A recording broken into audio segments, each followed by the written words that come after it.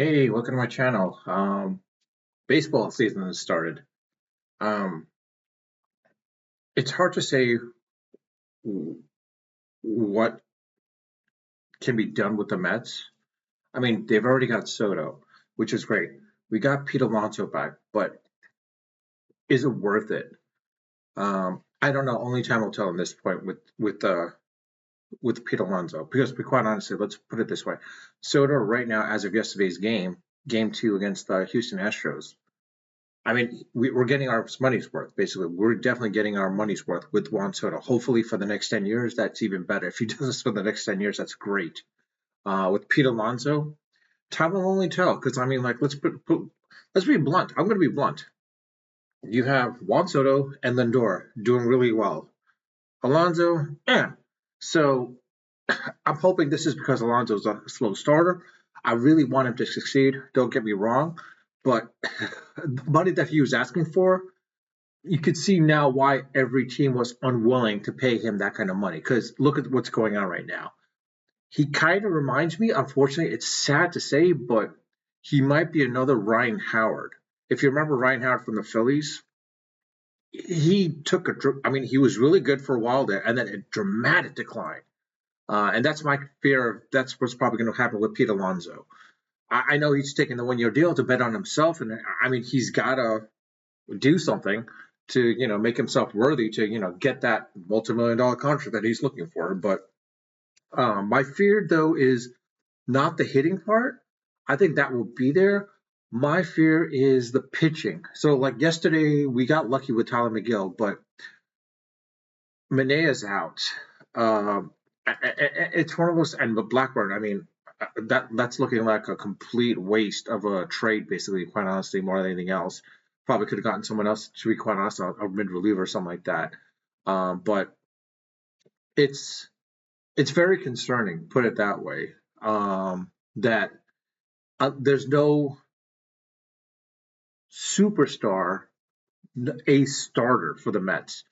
Everyone's going to say Kota Senga, Kota Senga. Senga, if you put him on any other team, he's a middle or the back of the rotation type of guy more than anything else. He's not your number one. He's not a number one starter. I mean, I hate to say it, but let's be honest. Come on, look at it. Based on the past couple of years, I mean, Sasaki, like you showed otherwise, like definitely better than Senga. Even that's why Senga wanted all the Japanese players to come to the team, basically, because he knows he's not that number one starter and he can't take the pressure. I have a feeling he's going to fold under the pressure this year, sadly. And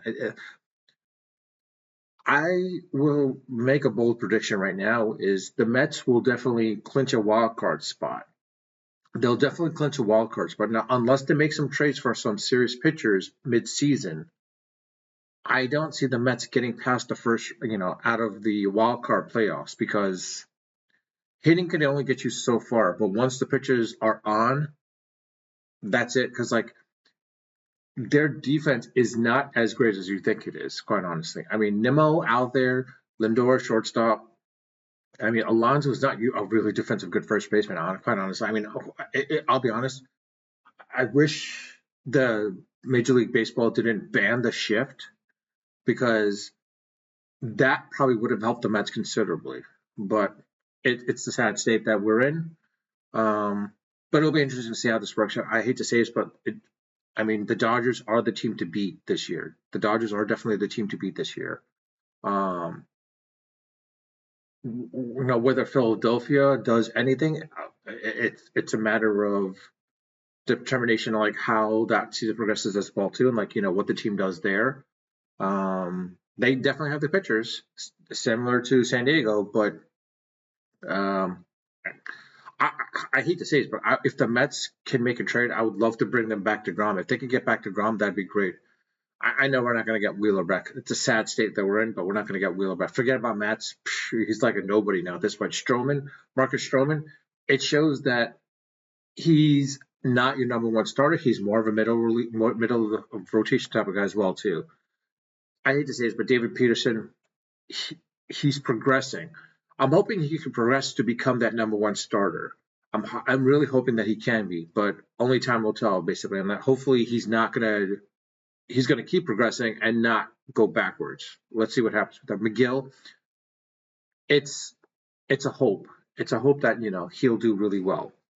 But like I said, it's the beginning of the season. Baseball season is back, so let's see how it goes. Basically, let me know your thoughts. What do you think the Mets will be? I mean, I'm willing to not argue, but I'll accept people saying like, yeah, they'll go into the playoff NLCS playoffs again.